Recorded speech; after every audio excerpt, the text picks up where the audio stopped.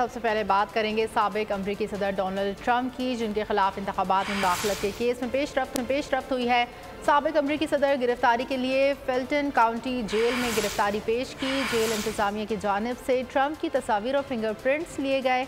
Trump की रिहाई के लिए बॉन्ड और डिस्ट्रिक्ट अटॉर्नी के साथ मुआहदा किया गया, जिसके बाद $2 लाख के बॉन्ड जमा कराने पर डोनाल्ड ट्रंप को रिहा कर दिया गया।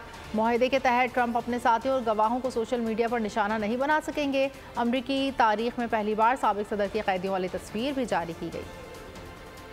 अपडेट कर रहे हैं आपको डोनाल्ड ट्रंप के हवाले से। इंतखाबात में मुदाखलत केस में पेशरफ्त का ये वाक़या है। साबिक सदर डोनाल्ड ट्रंप का जनवरी 2021 में यह अकाउंट मुअत्तल हुआ था। डोनाल्ड ट्रंप ने फिल्टन काउंटी जेल में गिरफ्तारी पेश की।